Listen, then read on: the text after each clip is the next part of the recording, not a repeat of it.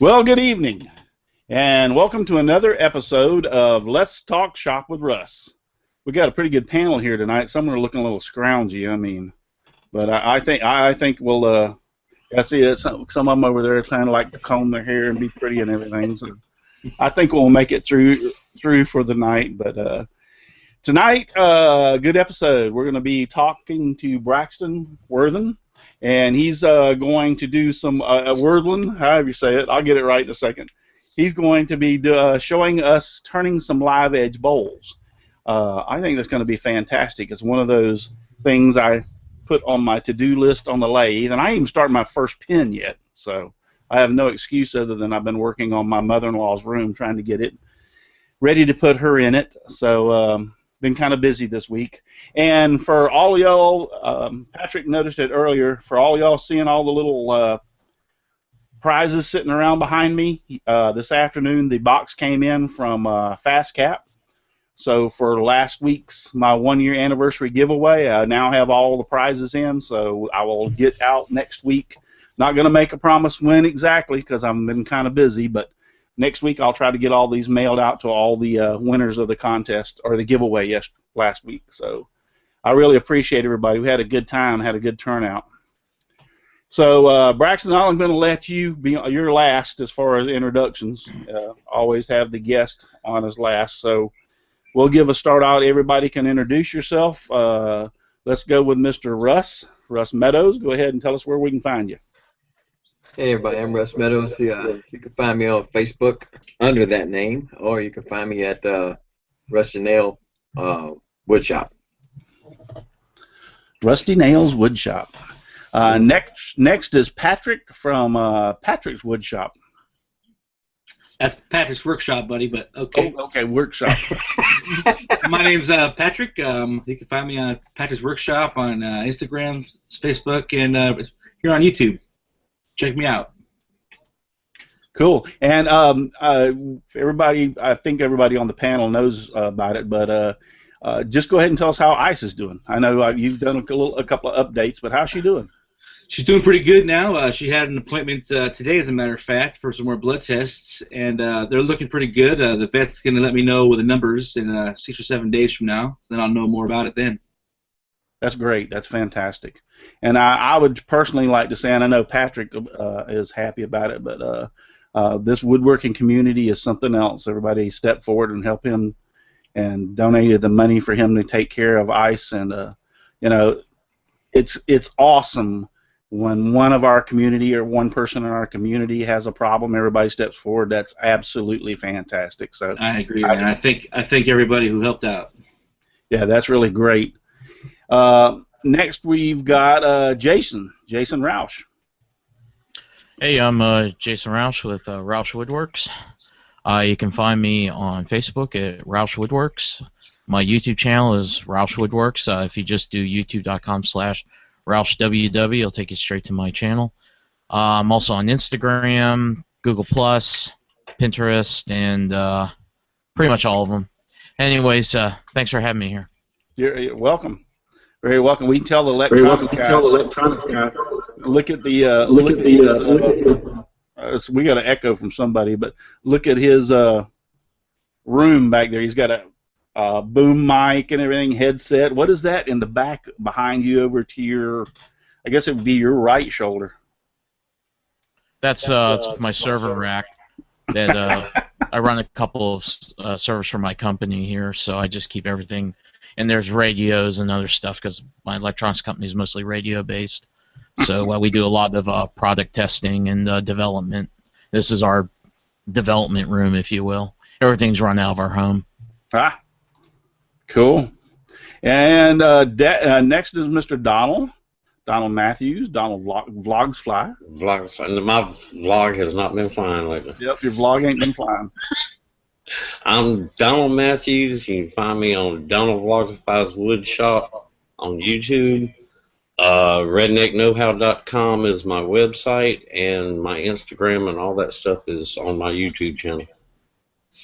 As long as it's still there. As long as it's still, it's been there so far, right? Yep. At least the last time you checked.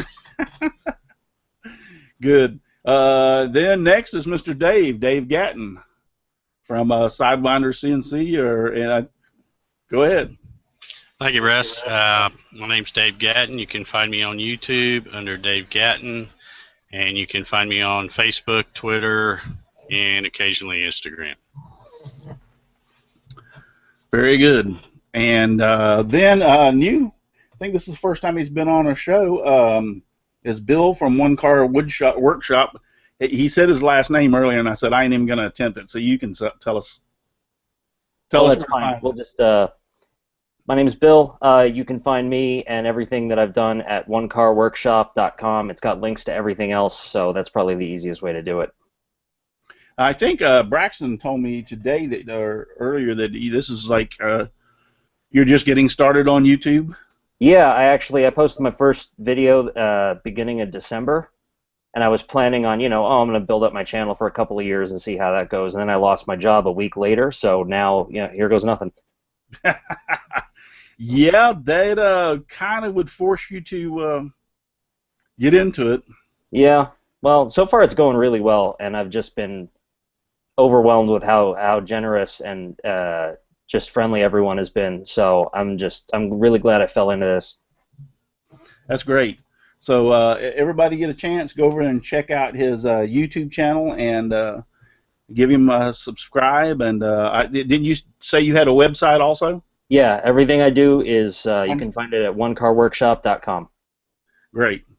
And then our host or our guest for the night, he keeps disappearing. Is he's holding his finger up. One more second. Just had to shut my garage door and didn't want to.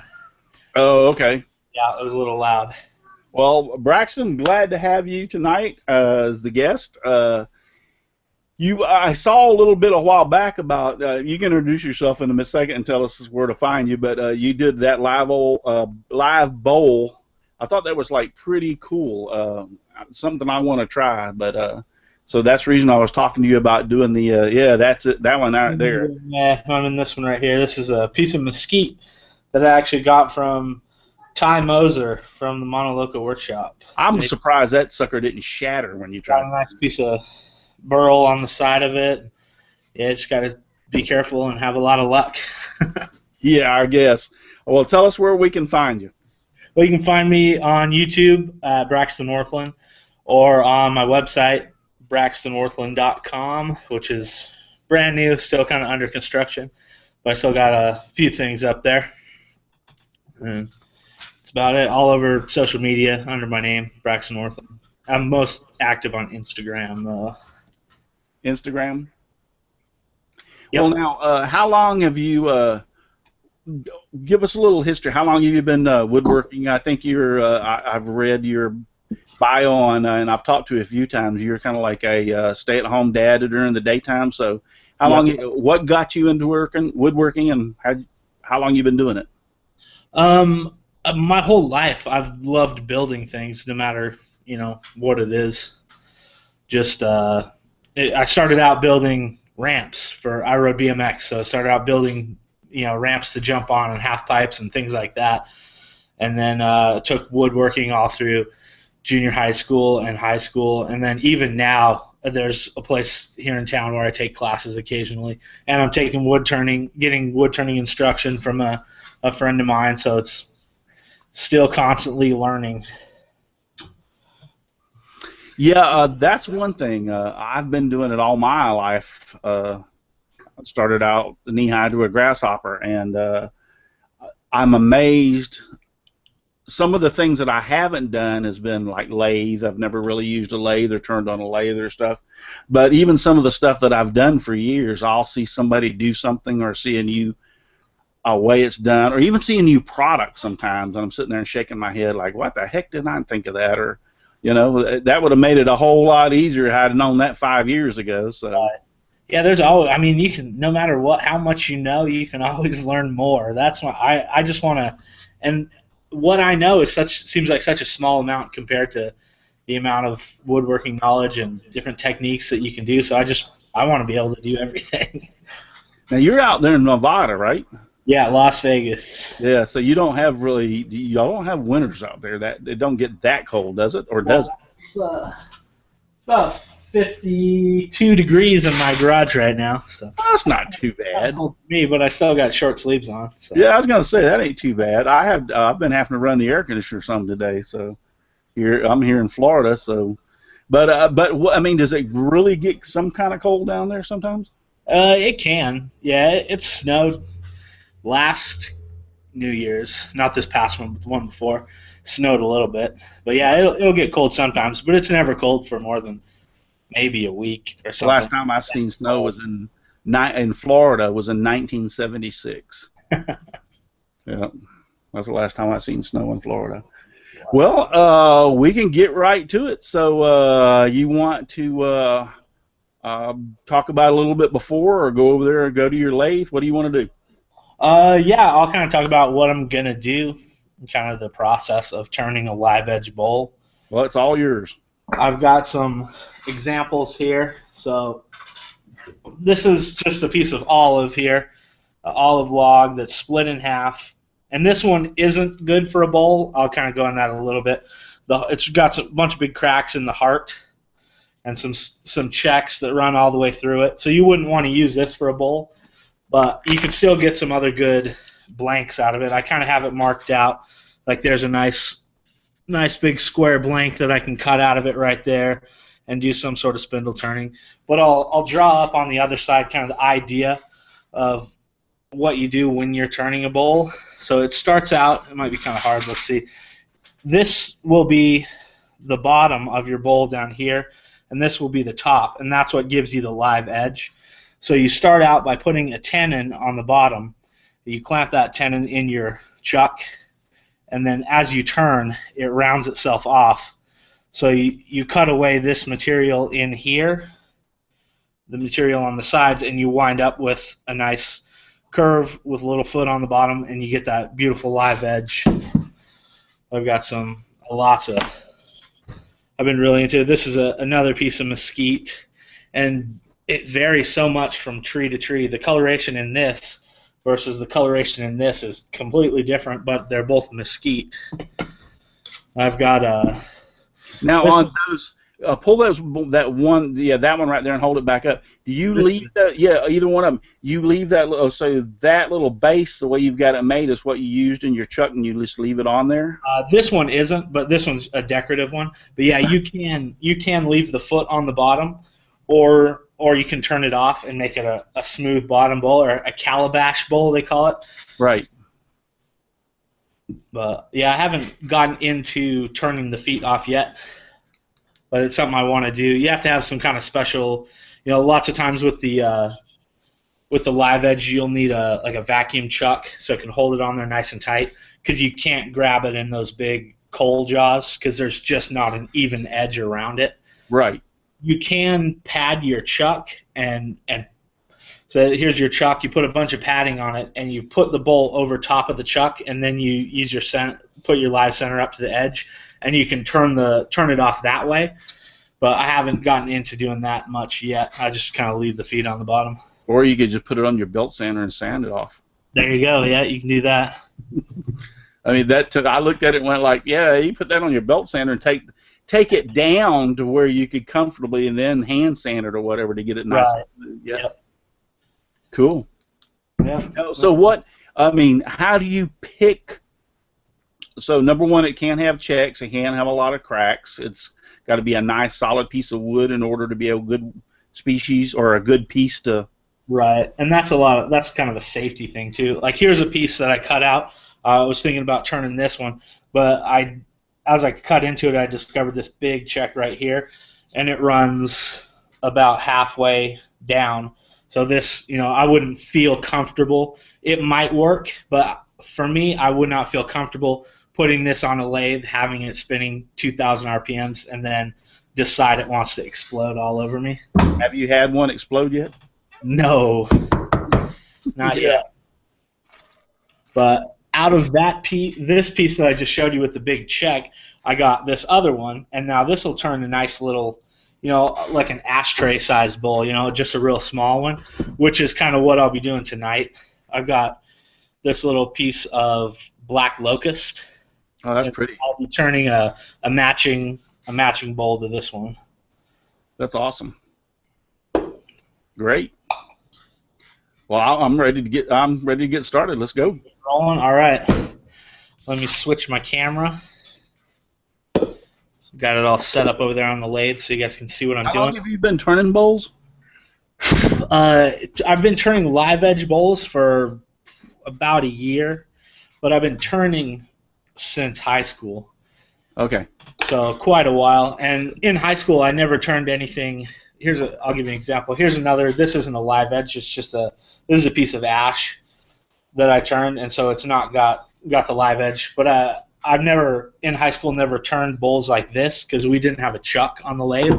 I always would turn bowls like this one here, which I call them dog bowls because they're just straight on the sides and then Right. and with this one you can do it with your faceplate. Right. Start it out square, put your faceplate on there, and then get to turning. The downside to that is it limits the depth depending on how big your screws are. You can get around that by using a waste block on the end of it, but if you get it too far out, then it gets kind of wobbly as you're hollowing it out because you haven't got any support in the middle. See, now I don't have a chuck, so we'll go into that in a little bit about the chuck. Well, let's just go ahead and talk about it. What kind of a chuck would we need? What kind of a chuck do you use? I use, let me grab it, a Grizzly 4-jaw chuck. Now, this one's based off of, it's the same body as a Vic Mark, which Vic Marks are really nice, expensive Australian-made chucks. This is a Chinese knockoff. But I've just got that Harbor Freight lathe, so I don't want to spend, I forget how much the lathe was, $300, so I don't want to spend $400 or $500 on a chuck for a $300 lathe.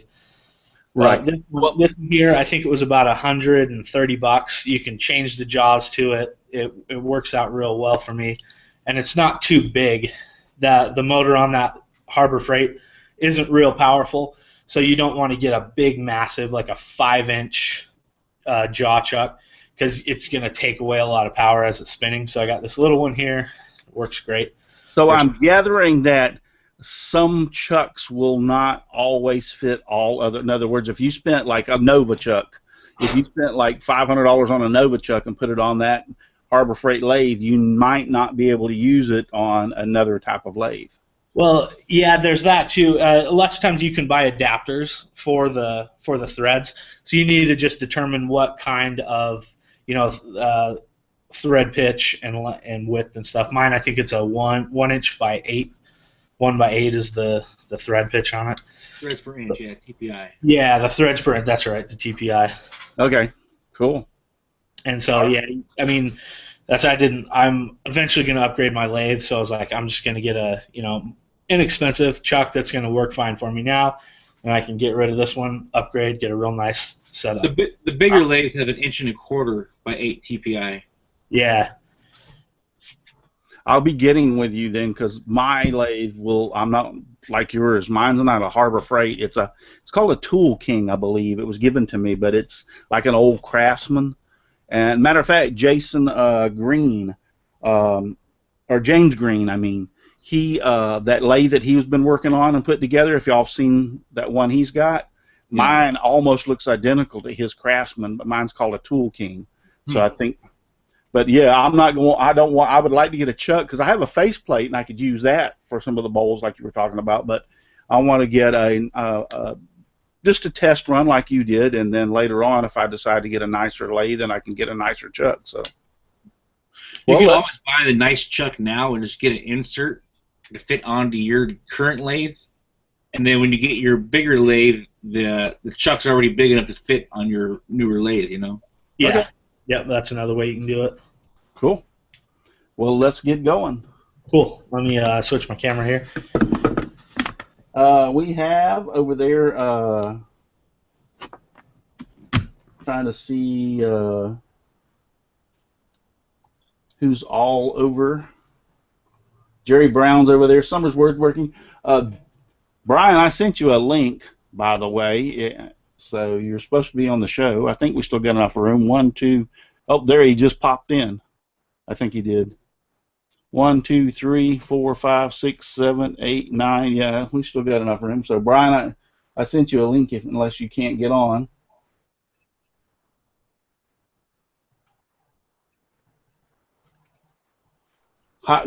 Sterling said you can hot glue to the faceplate.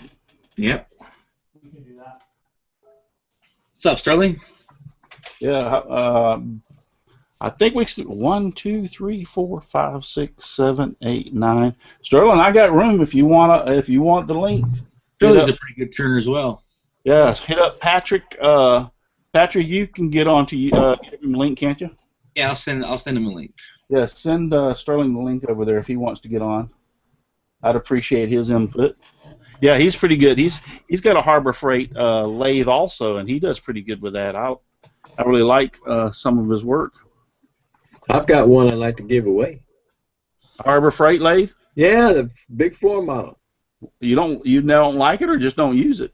I don't use it. It's taking up space in the shop, and I could use for something else, and I can't give the doggone thing away.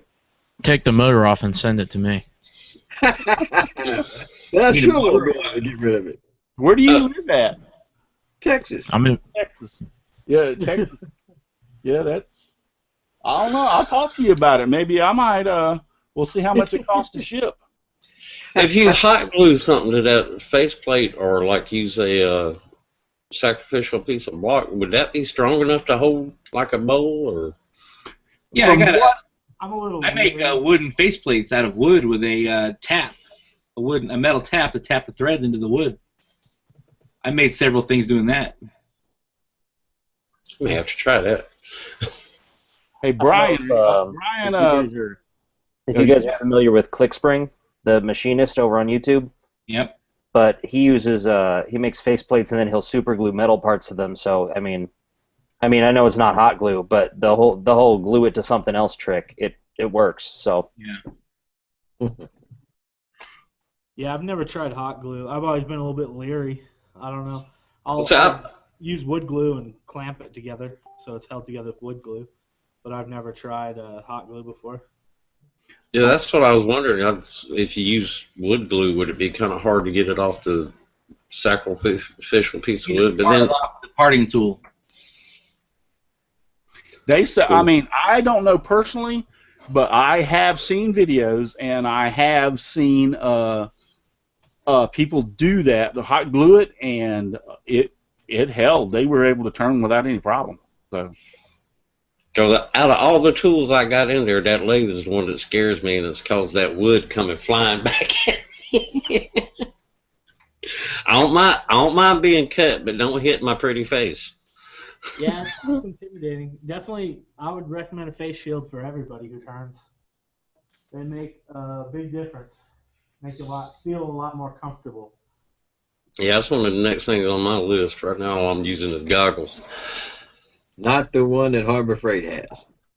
No. We can hardly hear you, actually, Braxton. What's that? Yeah, Braxton, I think you got to change your mic back now. You guys still hear me or no?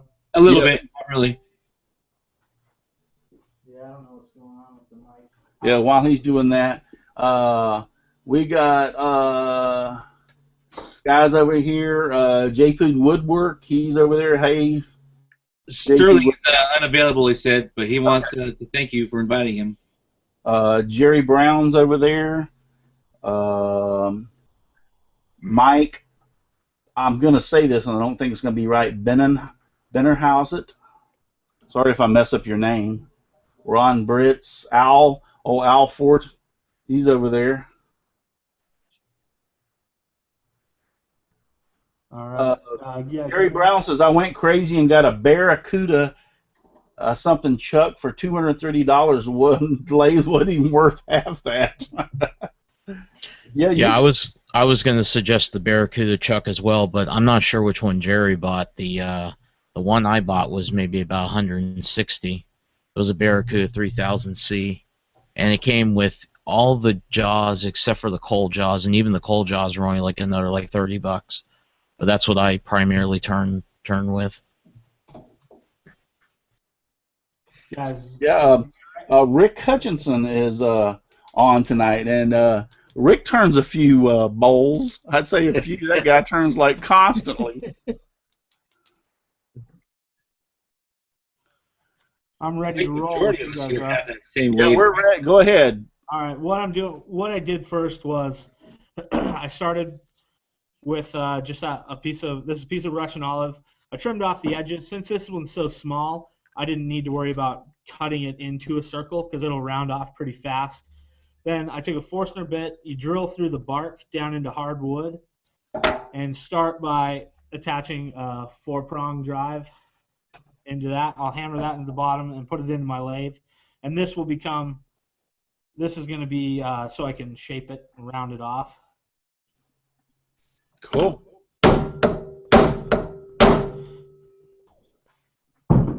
Get it down in there.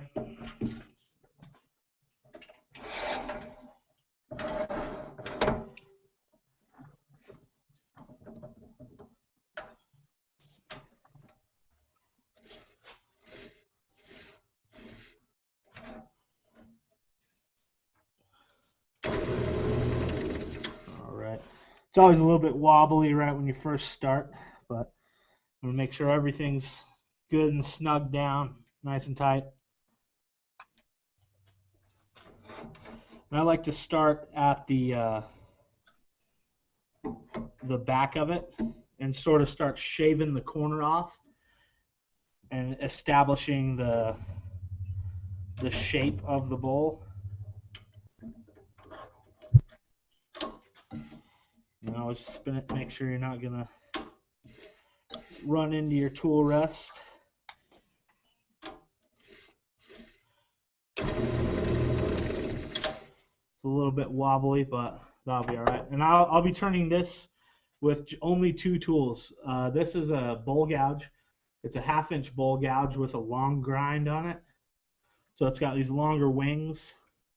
And then I'll use a parting tool to establish my how wide my tenon will be on the bottom where I'll grab it in my chuck. So I'm gonna get rolling. Feel free to mute me if it gets too loud. I'm just gonna get rolling here. Usually, just before you do that, usually before when you start turning, something about it picks up the noise and it automatically kind of like mutes itself. But if not, I'll mute you. So just Okay. make sure when you come back, know that you're muted. All right. I like to turn kind of fast. I think it's safer to turn faster than it is to turn slower. You're less likely to get catches. Right there, actually, I should have mentioned an important part. I just pulled a piece of bark off. So you always want to check it, make sure there's not going to be any kind of widow makers, I call them. Make sure nothing's going to fly off of it as you're turning because those things can hurt. Oh, So widow that's maker, I like one of that. the dangers. Yeah, one of the dangers of live edge turning. But here we go. And you're wearing a face shield probably. Better be. And as you increase the speed, it'll bounce. Like when I'm lower, the whole, I don't know if you can see it very well, but kind of the whole machine is shaking right now. So as you increase the speed, it'll kind of balance itself.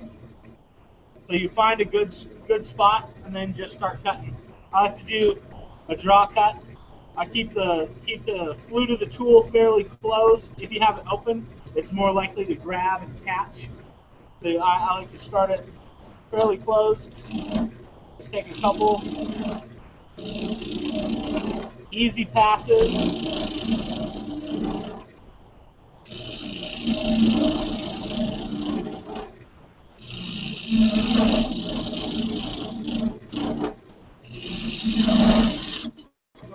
See, that's another problem with the Harbor Freight lathe.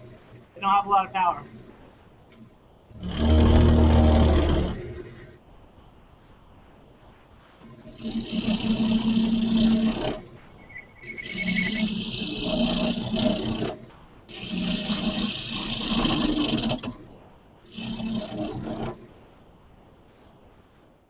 And I'll stop. You can move your tool rest in as you're getting closer and kind of evening it out so you don't have a big gap where the further away, the more likely you are to get a catch, and it's going to flip that tool up or cause a big gouge in the piece that you're working on. See, that's something interesting right there. I did not know that. Yeah, you want to keep it it doesn't need to be right up on it because you've got to have some support behind the tool. If you're too close, then you're just going to have the tip of that tool hanging off the edge, and you're not going to be able to control it real well. So you want some distance, but not so much that it's bouncing around and going to cause it to catch or flip up out of your hands. I learned my lesson about that the other night. Braxton. Oh, never mind. There he goes. Sorry, what was that? Duck into the shot and show people you're wearing a face shield. No. All right. You know what? I'll be honest with you. I forgot it. I left it at my turning class. I thought it was in my car, so it's not. I'm not being safe, but I do wear one normally, and unfortunately, I left it at the guy's place. All right. Safety police, stop watching now. Yeah, sorry, safety police. But I do wear one normally all the time because I feel much more comfortable. But unfortunately, like I said, I forgot it and just don't have it in the shop right now. So, sorry. Just be careful. Yeah, I will. Like Norm said, take the bet.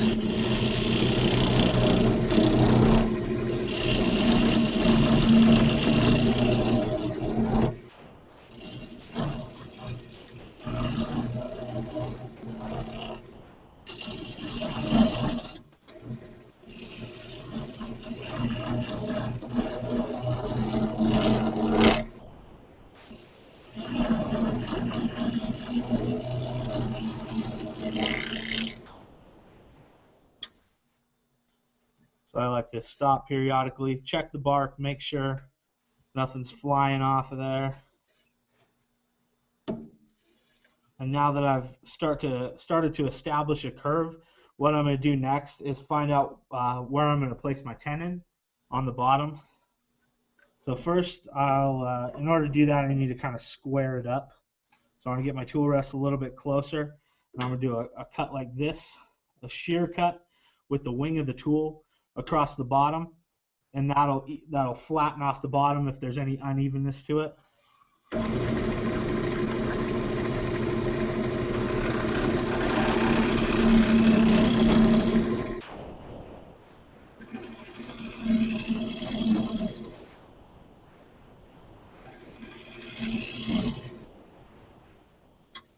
this one was pretty nice and straight, didn't need too much. And the next step is I take my chuck and I like to turn it, I like to get the jaws pretty far in. You have more clamping power when the jaws are closed down like this versus when they're really far out. You don't have a lot of clamping power.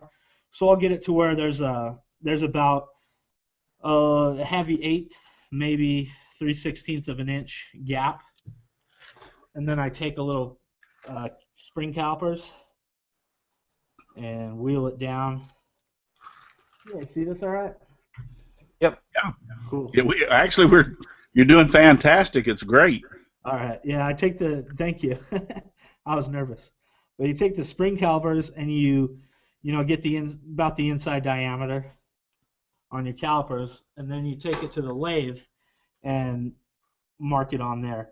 And when you do this, one thing to remember is you can only drag on one of the points as the tool is turning down like that.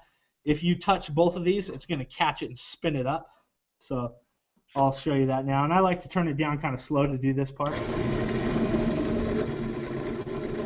And you can see the line that forms. It might be hard for you guys to see it. If you're a little bit off, then you can just adjust it until both of these points are, you touch one side of the line and it's perfectly touching the other side. So that makes sure you're even right in the center. Then once we get that done, we'll take the parting tool, and I like to come in at a slight angle so it gives it kind of a dovetail shape. because that's what the jaws are shaped like. The inside of them, it's not straight up and down. It tapers in, so it gives a little bit better clamping power. So we'll come in with the parting tool, and I go just outside of that line that I've established with my spring calipers.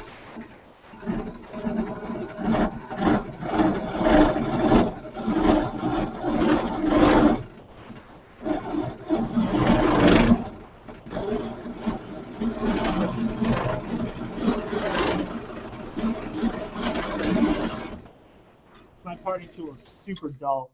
I'm gonna need to sharpen it real quick. So talk amongst yourselves while I sharpen.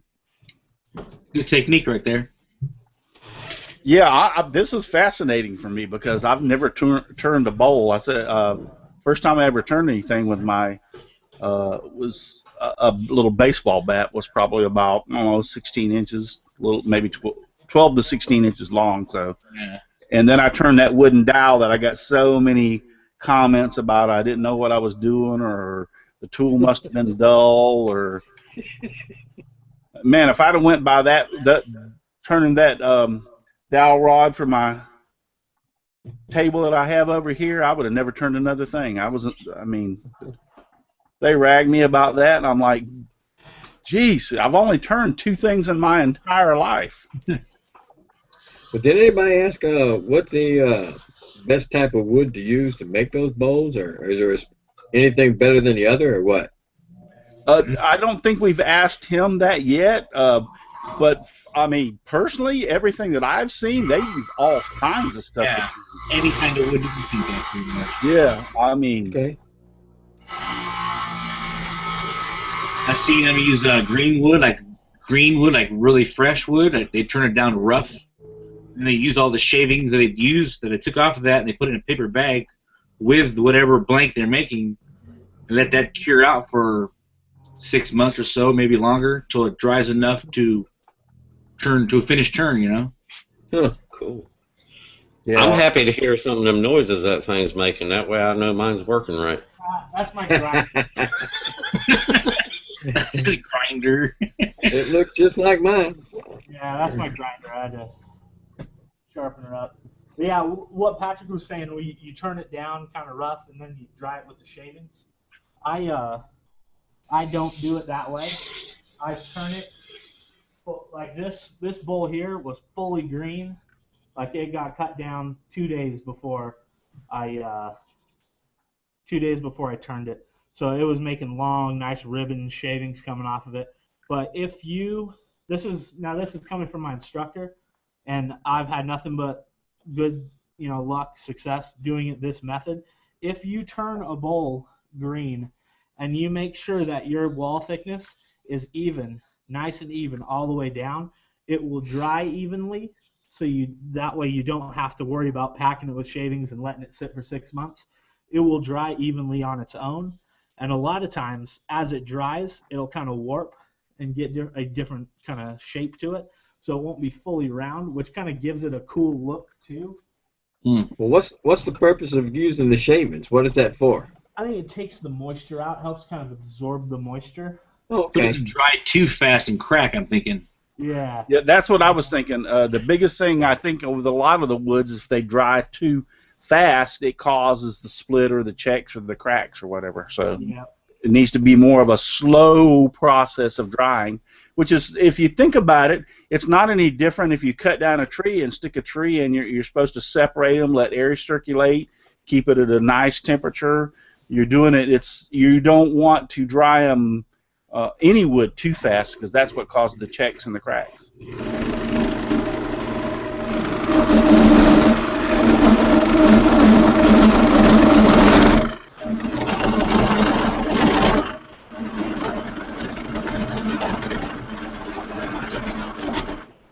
All right. Sorry about that. This is a horrible parting tool. That's one thing I need to get a new one. So it's making a lot of noise and chattering. I got a whole set of the Harbor Freight high-speed steel stuff, and lots of them are good, but this parting tool is too wide, so it's really hard to part stuff off. It just puts a lot of force on the tool. You need a nice thin one, like an 1/8 inch parting tool, and it'll just zip right in there. But the other stuff that they do, their roughing gouges and stuff, and their scrapers, they're nice tools. You just got to keep them sharp. They don't hold their edges long. But Rick Hutchinson, and I know he turns a lot of bowls and stuff. He said over there some woods hold the bark better than others. So yeah, that's true. And this one that I'm turning right now, the Russian olive, the bark seems to come off quite easily. So, but that mesquite, it seems to hold its bark pretty well. Yeah, I think it's different from species to species. But I'll get back out of here and we'll see if we can't get this thing done. go ahead.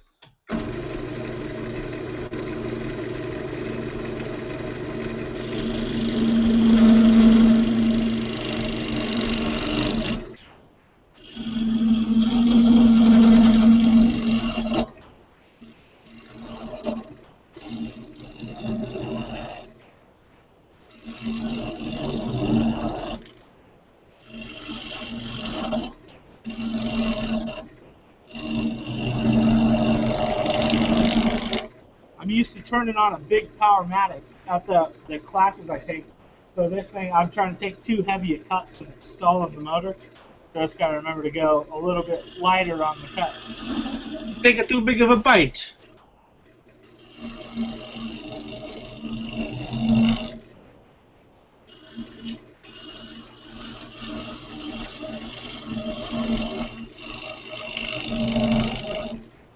Next time it stops, I'm taking a point off of your grade at the end of the show.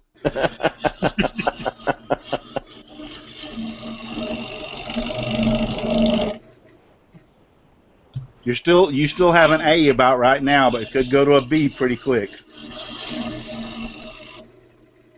I got that same lathe, and that happens to me as well. I wish it had like a horsepower and a half, you know. Yeah. Change the motor. Put a bigger motor on it. Yeah, that's Yeah, it's happened to me too. Yeah, I've got the same lathe. Try swinging a 12-inch bowl. Yeah. That's the maximum capacity of that thing. Unless you do outboard turning. That's a pain. The whole head unit on that lathe there turns outward. It's such a huge pain now.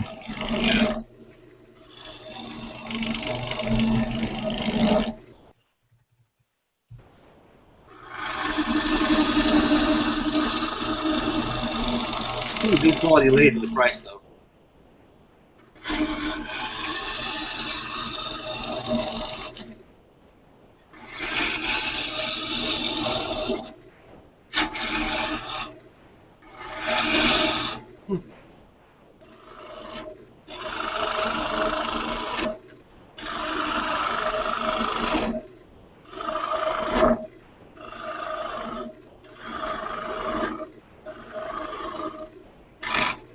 Rick Hutchinson also said that they say wood cut in the fall holds the bark better because the sap's out of the wood then. So in other words, and I do know that to be true, like in the wintertime, the fall time, the sap in the tree starts constricting down into the tree to prepare for winter for the cold. So it makes sense.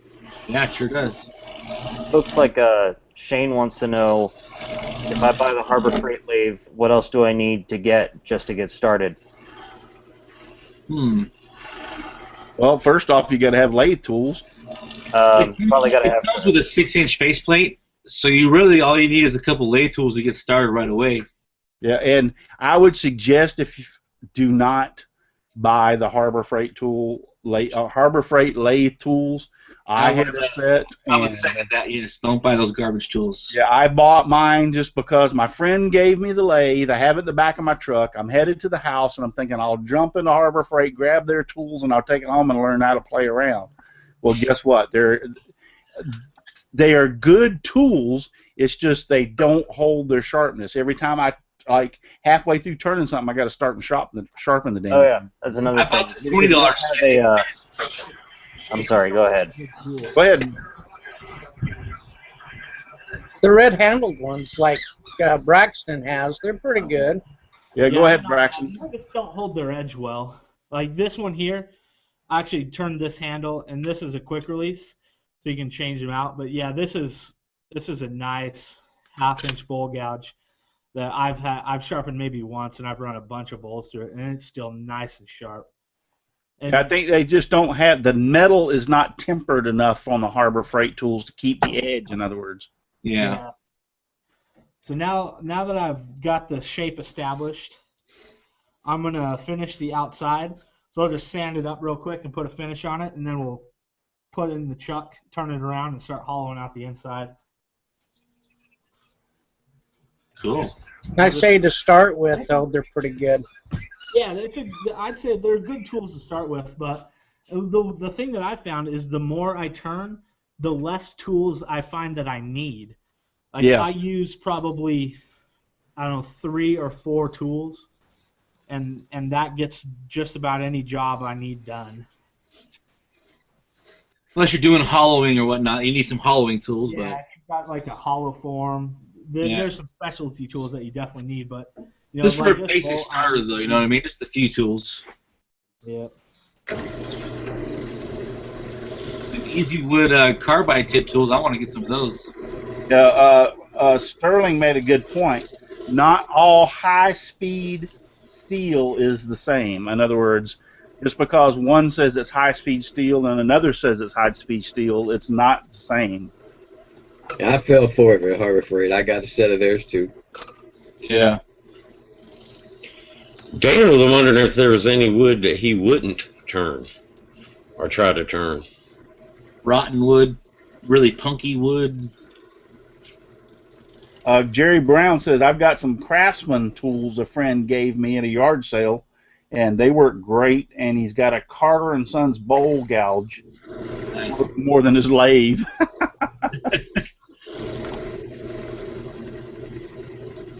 I've heard that several times, is when you get into turning, the lathe is the cheap part. Yeah. I agree. $1,000 Powermatics. I started looking at some of the stuff that they have out there, and yeah, you can tie some money up real quick. I believe that lathe that Carl Jacobson has about $9,000. That robust. My friend that gave me my Tool King lathe, the reason he gave it to me is because he bought a brand new lathe. He bought a Nova lathe, and I think his was in the neighborhood of around $5,000. That's awesome. That's just the lathe. And I told him at $5,000, that thing, when I stick the wood on there and clamp everything down, should turn the bowl by itself. I mean, No, CP lathes are 3 times the price of a regular lathe. Yeah, there ain't none of this. Go ahead, Braxton. I knew you're fixing to. Yeah, I just sanded it up to 600, just super quick. There's still some pits and stuff in there. If I was actually, you know, I could take my time, get it much nicer, but I want to try to get it done on the show, so we'll run through it real fast. Now I'm going to throw a finish on the outside. This is OB's Shine Juice. That's what I use for everything. You can find a how to mix it video on my channel. 1/3 boiled linseed oil, 1/3 shellac, and 1/3 denatured alcohol. And this recipe is from Captain Eddie. That's who. And as soon as I found it, this is pretty much the only finish I use on everything. You can get a nice polish out of it. It really enhances the grain and just makes it look nice. So I'll start by wiping on. I wipe this one on and let it kind of soak in, and then I'll turn the lathe on and start building up a few coats of it.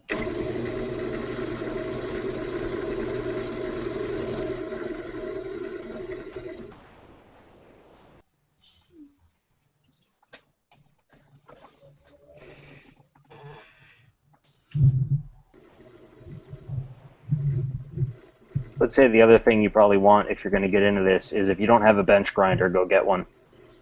Yeah. Because especially if you start with those Harbor Freight tools, you're going to need a way to keep them sharp. And from what, okay, full disclosure here, I don't have a lathe yet. I keep meaning to go pick one up. I got a face shield. I got tools. I have a place to put it. I built a stand for it. I don't have the lathe yet. I got the grinder. Yeah, I've got a nice all set. I just don't have the lathe. So I got all the expensive parts. It's just the cheap part, the lathe. I don't have that one yet. Well, you can always turn the drill press over on its side. See my That friend. sounds like Izzy Swan. I think that's where I saw it at. Yeah. I know Nick did that. Yeah, you make some salt and pepper shakers and stuff with it. I'm gonna knock my 4-prong drive out because I won't need that anymore. We'll put the chuck on. Here's Chucky.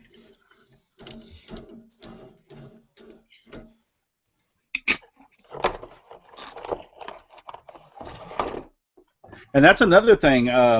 James Green pointed out. You need a more now. Is there? He said you need a slow speed grinder. So is there a difference in the speeds that you want to sharpen your tools at? So Definitely want a slow speed grinder, that's for sure. No, Okay. I don't have a slow speed grinder. well, that's, I'm just noticing. James said over there you needed a slow or he has or needed a slow speed grinder. So Yeah, I've got a 8-inch grinder, bench grinder from Harbor Freight, and it's not a slow speed, and it seems to work all right. I have one of those Wolverine sharpening jigs. Actually, I just got that and haven't even had a chance to hook it up yet for sharpening your all your lathe tools and stuff. So right now I've got my chuck on there. Gonna put my foot on or put my tenon in there. I like that chuck there. I need to get one like that. It's a great chuck. I like the fact that it uses an Allen wrench versus sometimes some of them look like an actual chuck key for like a drill press or something. Yeah, the one I have has this kind of a tool for it. Is that on a square drive? No, it's the kind of like the key on your drill press. Oh yeah. You want to make sure it's good and tight on there, and especially with greenwood, you can start turning it, and then stop periodically and check, because with greenwood, it'll the chuck will compress the fibers and it may loosen up on you.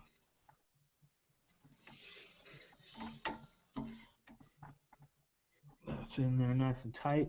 Now make sure there's not going to be any bark like that. It's going to Hello. potentially come flying off and hurt me. And this is one of the ones like we were talking about earlier. The bark doesn't hold on to it too well, but once you get past that layer, you're good to go. Well, there went all your live edge. Yeah. It's still kind of light. Another really good chuck is a Hurricane, an HTC 100 Hurricane chuck. That's another really good entry level chuck. It's actually very similar to what Braxton has there. They go for about $170 or so.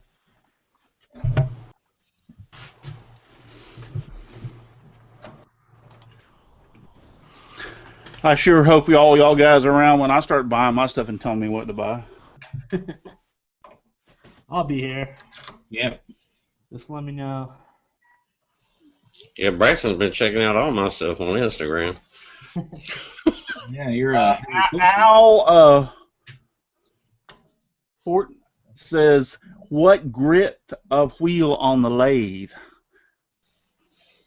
On the lathe or on the grinder. He's saying lathe, but I know what he meant on the grinder.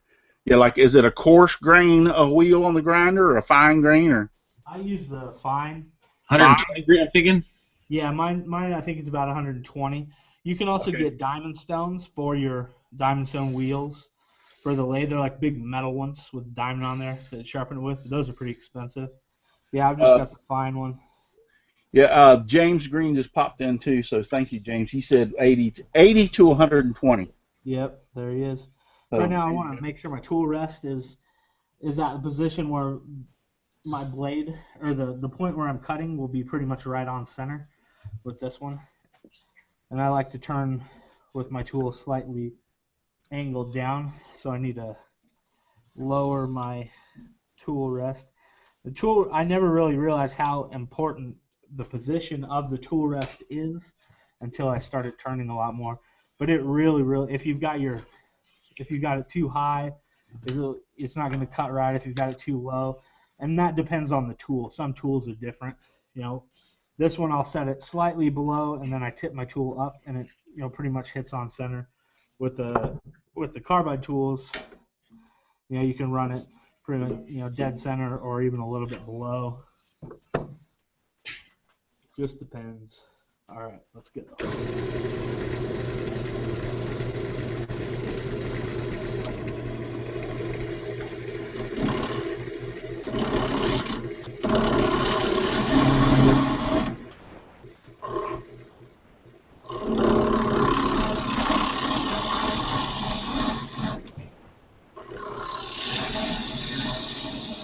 I start by hollowing out the middle a little bit, so that way I can work my way back and establish my wall thickness.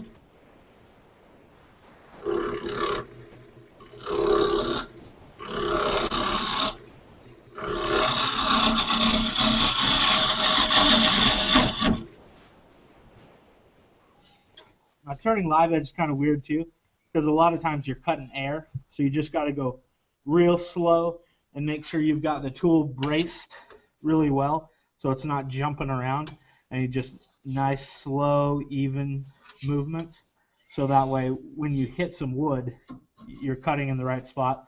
But when you're, when it's just air, you want to make sure you're not pushing it in. You just keep it right in the right spot, so when it comes in contact with the wood, it cuts good. And when it's not in contact with the wood, it's still in the same position to where it's not going to, when the wood comes around again, you're not jammed way inside here and it grabs it and flings it up or whatever.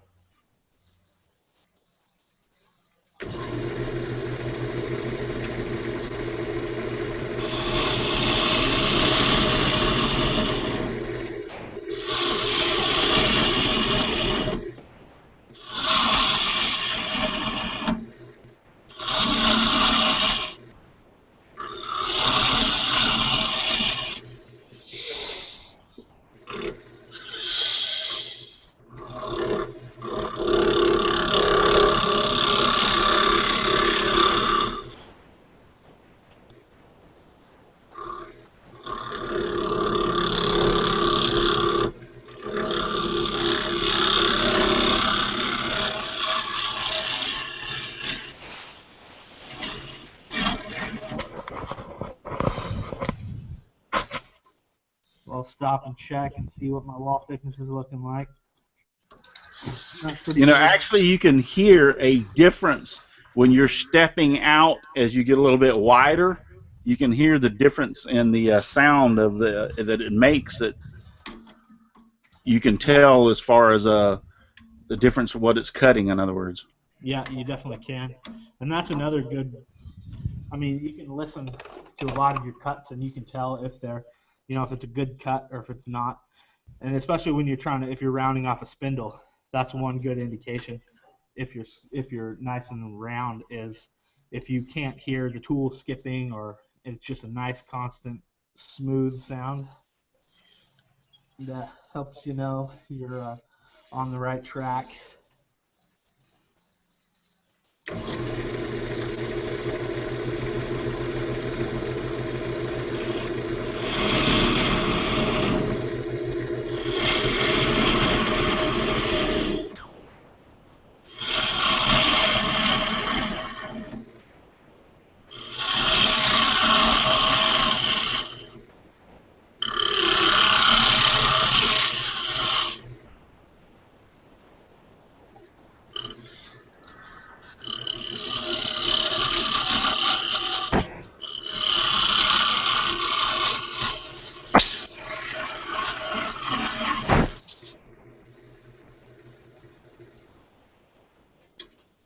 I'm going to move my tool rest a little bit.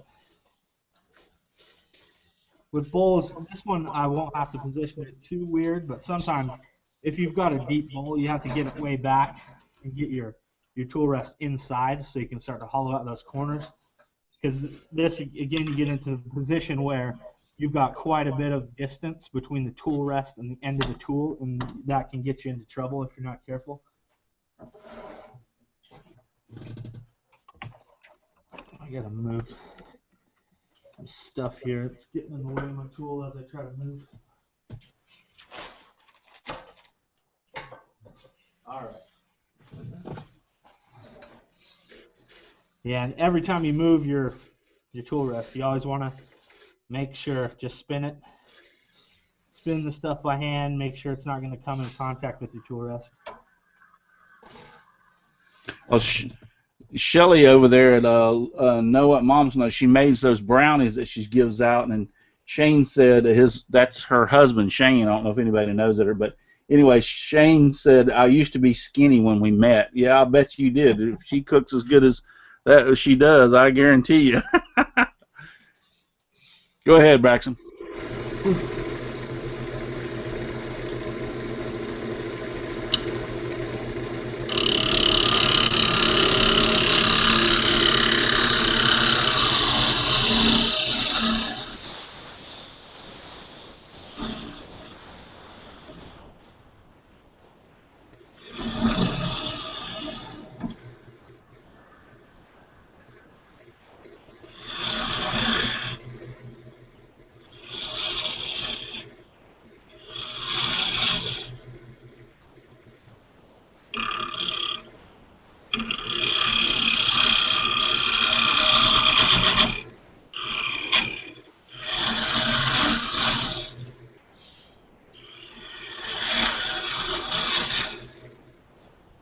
Now, just a second ago, if you heard that tool or saw it kind of jumping like that, I was getting a little bit too far out from the end, and it was catching on the wing of my tool, so it was wanting to jerk it around.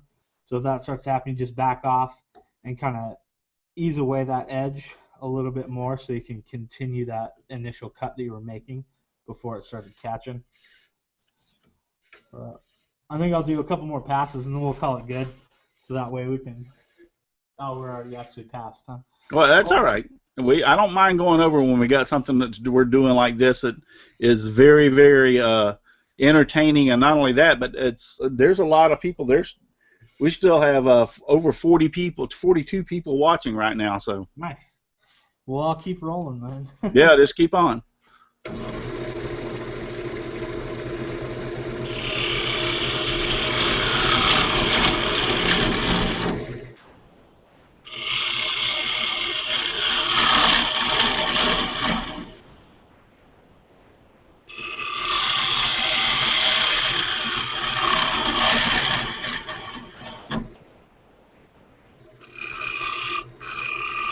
You can hear it's a good cut when that sound is like nice and clear. Yeah, I noticed there's been a difference in the sound. Yeah. Yeah.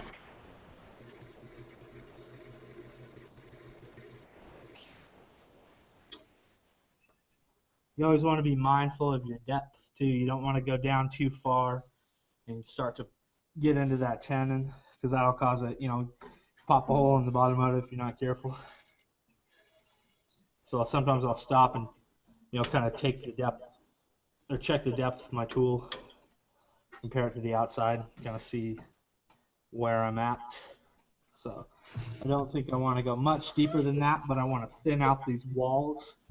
So I'll start making some cuts further in like this, and then not pushing them down as far. So we'll keep this depth. We'll kind of start to thin out these walls a little bit because they're a little bit thick, at least for my taste. I like them. I like to try to get, so especially a small bowl like this, I like to try to get it nice and thin. It just looks better because it's sort of like a dainty, delicate piece. So you don't want big, heavy edges on such a small bowl like this. Yeah. Just from a design point, I don't think it would look good. Right.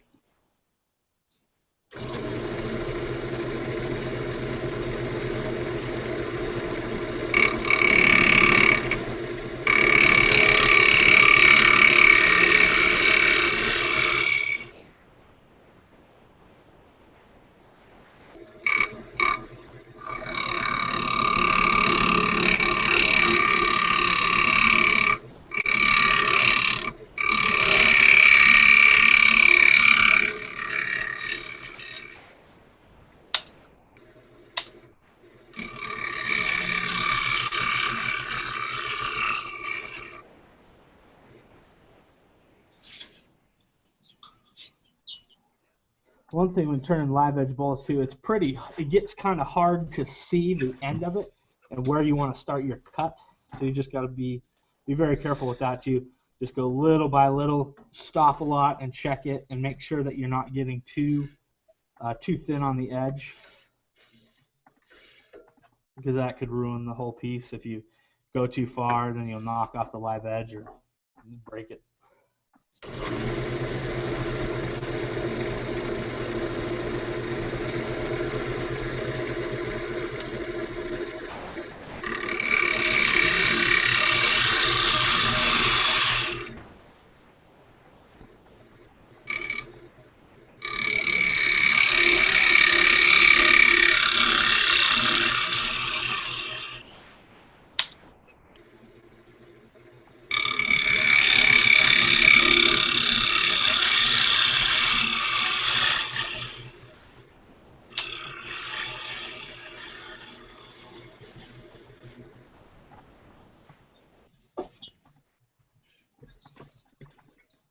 A little bit more, and I think we'll be good.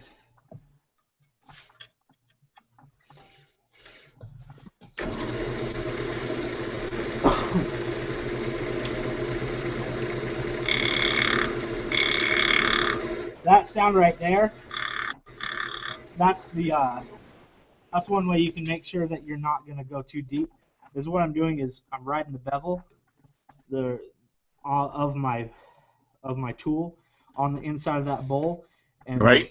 before I engage the cut, so you can kind of ride the bevel until you get to the point where you want, and then open that flute up, and then it'll start to cut. Versus that right there, it's just kind of riding, and then you open it up, and it'll grab that wood and cut it off.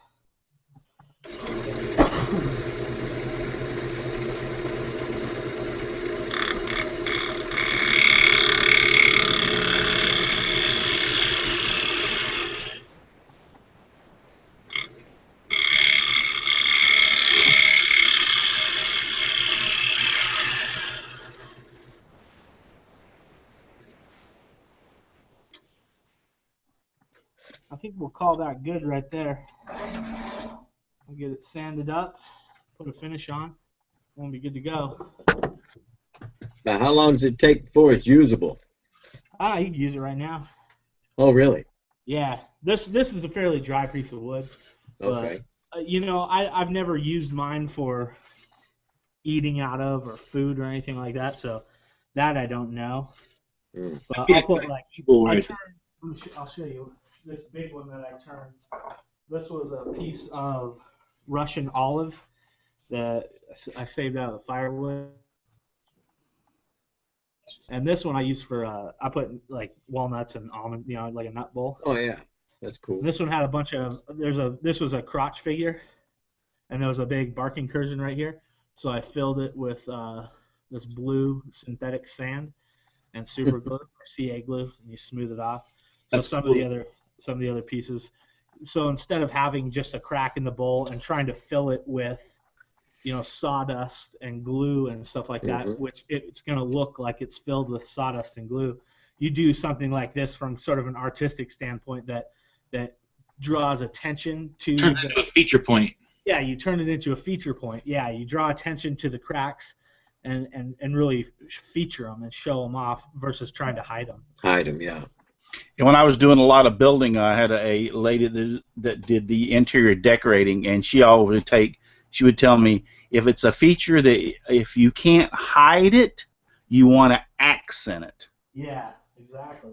Right. So in other words, if it's a small crack and you can just fill it up and hide it, no big deal. If it's something that's large, then you want to accent the heck out of it so that hey, look what it's here, and it makes notice. And that right there you just showed is a prime example of that. That looked beautiful. That was awesome.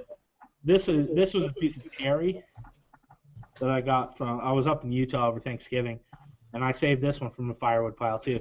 And it had some fairly big checks in it it wasn't anything that was going to compromise the integrity of the wood as I was turning it. Let me get my machine.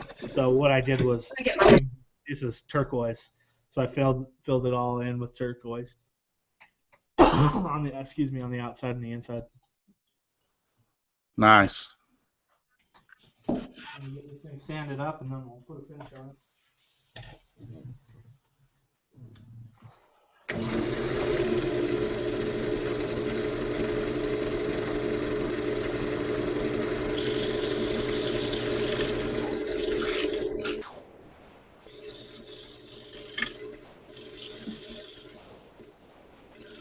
A lot of times when you're sanding this live edge, it gets a little hairy when you're out to the edge. You don't want to, you can hurt yourself, especially if it's a big one, jamming your fingers in there and they get caught on the wing.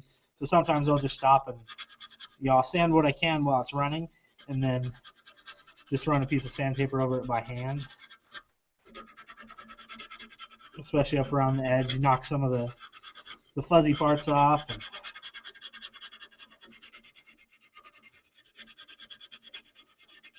smooth it out so it's got a nice feel to it when you're done.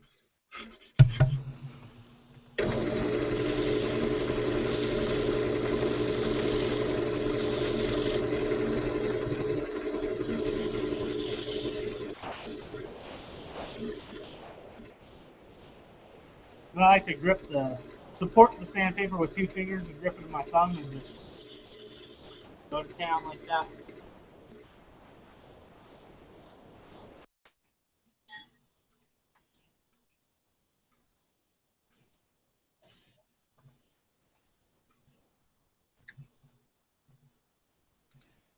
Oops. Braxton, unmute yourself, buddy. I accidentally muted you. Or Russ, you can unmute him. I don't have the unmute part. It's in the control room.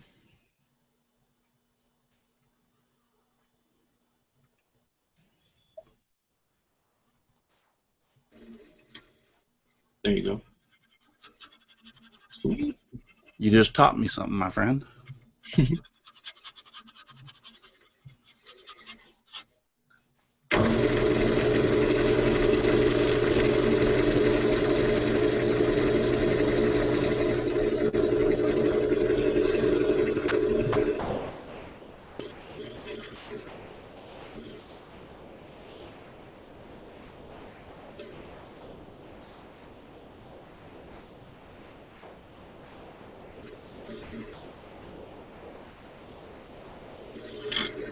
See, just like that. Got a little too close to the end. I was getting cocky. It'll remind you real quick if you if you make a bad movement. It's not going to hurt you too bad, but it'll knock your fingers pretty good. Then you'll feel stupid. So I heard you say earlier when you started turning on this that you were a little nervous. Just nervous about this whole doing the. Oh, I know. Trust me. I've learned a long time ago. If it's going to go wrong, it will go wrong when it's live. Right. Hey, I think we did pretty good, though. No, hey, I think it's been fantastic so far. Yeah, good lesson there, Braxton. Thanks. Thank you. Yeah. We've got a lot of good comments over there. Also, we got a little good comments real quick, Patrick. I've seen them go through. I've been kind of watching over here. Some people are asking for an update on Ice real quick. She's doing great, guys. She had a vet appointment this morning. She got some more blood taken, and I'll know more about her blood tests again next week. The tests from last week were inconclusive, so I'll know more next week. Great. Now this is the same stuff that you were using on the bowl before that you're applying to it now, right? That's Braxton? correct. Yep. OB Shine Juice. And do you polish this up still, just like you did on the back side of the bowl? Yep. I'm just applying kind of a thick layer to it now. Yeah. So since the wood was just bare, it's gonna suck a lot of it in. Right. So get it on there, get it applied. Actually, I can even do a little bit on the back side as well. You can use another coat. Usually, I like to do 5 or 6 coats with a little bit of dry time in between, and then buff it with a dry paper towel. You get a little bit of heat, build up a little bit of heat and friction with the paper towel, and it'll really make that shellac shine.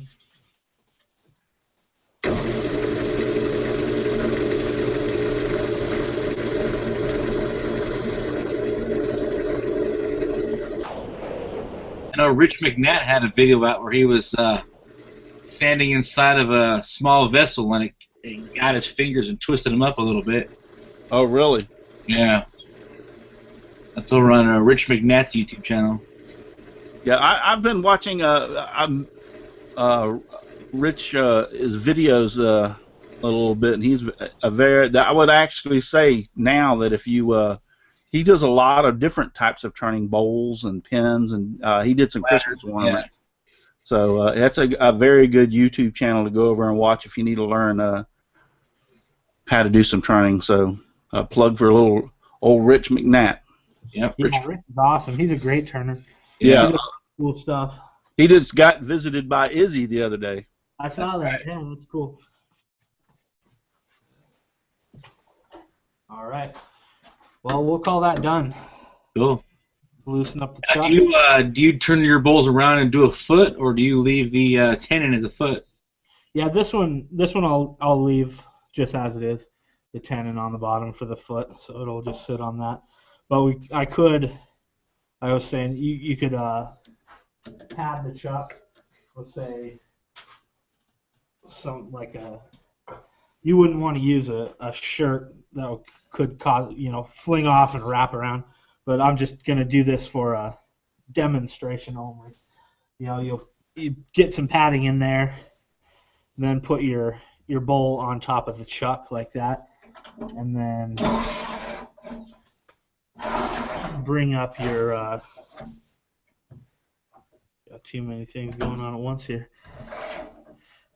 Bring up your tailstock, and since you already know where you've already got the center hole established from when you were turning the outside of it, you could tighten that down and make sure it's nice and tight on there and everything's closed down, and then you can turn that foot off or make the foot smaller, which is what I want to do to this other. This would be the other matching bowl to that. Cool. But yeah, I want to make this foot smaller just from a design aspect. To me, the foot looks too big on the bottom for the rest of the bowl. So right. You would turn that foot down to really small and use a handsaw and cut the remaining piece off. Yeah. And with this one, my chuck is smaller, so I was able to get a smaller foot on there to begin with. Yeah. But if you're turning it this way and you want to get it smaller, you'll come in with your tool this way and push in, so the pressure's holding it. The pressure of your cut is pushing it into the chuck, not away. So you don't want to pull it and rattle it. Just very, very light cuts until you get to the place that you want. Cool. It's kind of hard to actually mount that to one of those other cold jaws because it's oddly shaped. Exactly. Yeah, something like this it just wouldn't work on the cold jaws. Yeah. Well, Braxton, I have to say, man, absolutely fantastic. Cool. Thank you. Great instruction. Yeah, it's about the most interesting thing of this show, and some of the best. That's a good best response. Yeah, bestest responses I've had has been when we've done some of these live things where people are doing things with tools and stuff. And I have to say, you're up there in the very top, my friend, because that turned out absolutely fantastic. Thank you. I appreciate that. Here's a little olive. There's a little olive bowl. Now you got to send that bowl to Russ. Yeah. No, that's what I was gonna say. I actually need it for a show coming up. The Las Vegas Mini Maker Faire. Actually, Bill told me about it. Introduced me to the people who are doing that. So I've got a booth. It's February 28th if you're in or around the Las Vegas area. February 28th at the Henderson Convention Center is the Las Vegas Mini Maker Faire. So I'll have a booth there where I'll be showing off, turnings and other stuff that I've built to kind of, promote my YouTube channel and see if I can get some more clients around town that want me to build stuff. But after that, I'd be happy to send this off. I'll send it to you, Russ, or we could do a little giveaway and send it to the people who are watching the show tonight.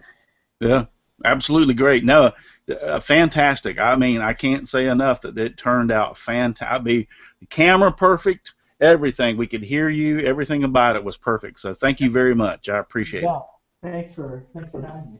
All right, guys, we've ran way over. Although I have to say, we were running 40, like almost 45 people. We still got 37 people watching, so we haven't lost a bunch. A couple of things we need to go over real quick before we end the show, and I know we went over, so I'm sorry, but I think it's kind of worth it when we run over like this, and because such of a special thing that we've had.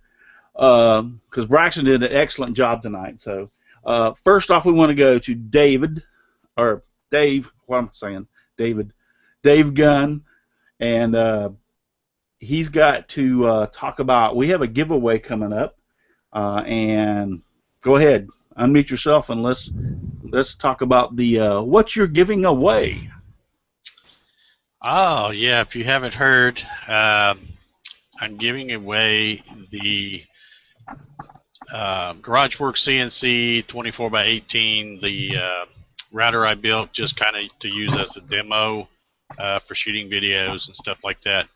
But it's still here in my shop, and I need to get it out of the way, and I decided to, rather than try to sell it, to just do a giveaway, and we're going to do a live random drawing on this very show 4 weeks from tonight, February 13th, 2016. How many, as of tonight, how many entries do you have for the giveaway? When I came out to the shop to join the show tonight, I had 365 entries. Oh, crap. Wow. All of them say Russ Meadows. Well, the other night I said... One of them does, Russ. I was going to say the other night you said something about, I told you something I was going to need to put 30 in for me, or I got 30 or whatever. I think I'm going to have to expand that. It's got to be more than 30. Yeah, your odds are getting worse every day. Yeah. I really think that you may hit close to 1,000. I mean, this is the first 1 week. We're exactly 7 days into this. And how many did you say you had again? 365. So you're looking at 4. If you get 4 times 3, you're going to get I'm thinking close to 1,000. That's better odds than the Powerball. Yeah. Oh yeah, still better than Powerball. Yeah, I'm seriously. I think before it's over with, you're going to have close to 1,000. Yeah. I mean, that would be absolutely fantastic. So how many viewers or how many subscribers do you have now to GarageWorks? I know that you started that second channel from Sidewinder CNC. How is that doing? Well, again, the last time I looked, I think I was 14 away from 1,000. That's great. So that's pretty good, because I think I just started at like the end of November or something like that. So. Yeah, no, that's doing very well also. And we do want to remind people, though, if they get in that drawing, that, one of the little rules to win is you have to be watching the Let's Talk Shop with Russ show live, and either leave a comment, or maybe we'll flash my number across the screen. They call me or something, to let us know they were watching. Yeah, it's going to be kind of a live giveaway, and we're only going to wait 3 or 4 or 5 minutes at the max. Give it a little bit of time, because there is a little bit of a lag, but there's only like a 30-second or so lag. Yeah, I've had YouTube going on my my little tablet over here, and it as I was watching Braxton do something, I'd look over there to see how long it would take for that to come up again, and it's about 30 seconds, looks like. Yeah. But we'll give him 2 or 3 minutes. And real quick, and I just know he joined us a little while ago. I guess he was having problems before, but quit yawning, Brian. You're going to make me sleep. But Brian has joined us a little earlier, and Brian, how you doing? Unmute yourself. Oh, got a cold. Been hacking and gagging since the 1st. Yeah, I know you. I talked to you the other day. We messaged back and forth, and you said you had the cold. So that's terrible. But you getting kind of settled in out there where you're at? Yeah, we got most of our household items put away. Working with trying to get estimates on my shop construction. We're gonna do like an add-on to this house to make it like a garage style Cool. shop. So yeah. Cool. Very good. Well, I hate you've been sick, buddy. I missed you. Yeah, I miss you guys too. But good to have you on the show. Good to Thank have you. And tell us where we can find you. Oh, you can find me either in the bathroom or. Nah, you can find me at Summers Woodworking at YouTube or summerswoodworking.co. Great. Glad you were able to join us tonight. I'm glad you're feeling better too. Yeah. Got me coughing.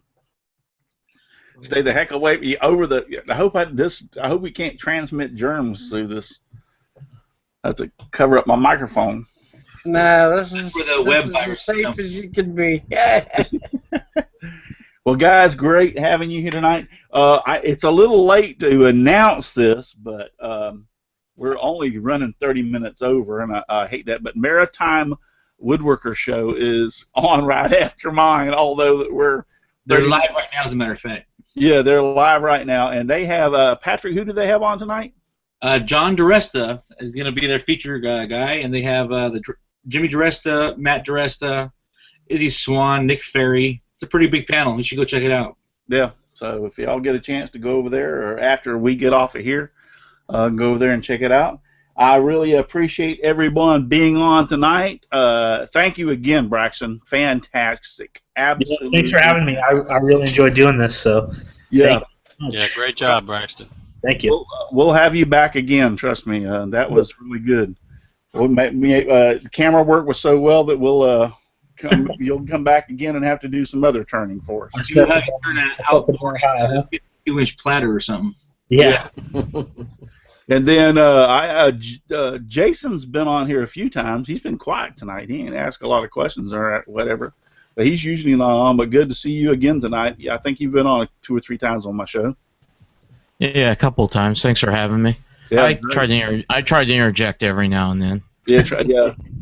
Well, it's hard to get your foot in edgewise when I'm around because I tend to gab a lot. So Turning's actually my favorite thing to do, but they are always the least favorite videos, so I just don't do many videos on it anymore. You guys should check out Jason Roush's channel. He just came out with this awesome. Yeah, tell us a little bit about that. I've been developing a digital stepper controller for box joint jig, and the long and short of it is it kind of takes the guesswork out. You basically clamp your boards in. As long as you've got a box joint jig that's based on a 16 TPI all thread. If you watch the video, it makes a little more sense. But the idea is that you can clamp your boards in, run it through the blade, hit a button, it advances it over a precise amount. You run it through the blade, you hit the button again, and it just progresses all the way through till you've cut all the finger joints. And then you flip your boards around, do the exact same thing, and it's extremely accurate. It's all microprocessor based. Completely developed by me, and hardware. I've developed all the hardware, the firmware, everything. It was all developed in-house, so I'm pretty proud of this particular product. So, yeah, that's and we just showed it off for the first time today. That's awesome. Check out his channel and check out that box joint jig. It's the best one on the market. Yeah, I need to check that out. When you posted that this afternoon, I immediately shared it on Facebook, and I went and watched the video. You know, I hate to say this, I'm a woodworker, and I know I want people to watch my videos, but sometimes it's really hard to sit through a whole video. And I think everybody knows what I'm talking about. Sure. If you're sanding something or doing something, it gets a little boring. You kind of like skip ahead. Well, yours was one of those interesting ones that I can honestly say I pretty well watched the whole darn thing. I didn't skip ahead because as soon as you said this, like, you just push this button and it moves forward, I was like, wow, you captivated me. Well, thank you for watching. I appreciate that, and thanks for sharing it. I'm going to have to go check that one out. Getting videos shared these days seems to be a rare commodity, so whenever somebody does it, I really appreciate it, and I always try to make it a point to write that person a message or comment or something. That was fantastic. I thought it was fantastic. And box joints to me, everybody's dovetail, and don't get me wrong, dovetails are nice, but I've always been partial to box joints because they are so simplistic, and sometimes the most simpler things are the best things. So I like the ones with the 1/8" ones. You got like many. yeah, fingers. like fingers. Oh, look awesome, yeah. And Yeah, then and I designed it so that way, depending on what size joint you want to do, whether it's 1/8 inch, 1/4 inch, 3/8, 7/8, you can do all the way up to an inch. So you can do 1-inch fingers if you really want to. It'll do that. I'm gonna retitle Jason's machine as the most awesomest box joint jig ever. Thank you, brother. and then thanks, Donald. Thanks you for being here tonight. No problem. Don't be knocking on my dovetails now. Is that what those were? That was an attempt anyway. Did the dove get shot first? Then my buddy Russ, the evil Russ, I call him. Well, good show, guys. Thanks for having me on too. Yeah, thanks. And I'm getting to you last, Patrick. I was coming right up. The reason I was going to point you out last is because of the fact you don't hardly ever come on.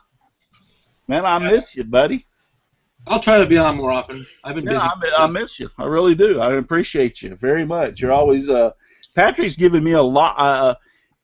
When I first started, I met Patrick and doing some of this YouTube stuff, and he immediately.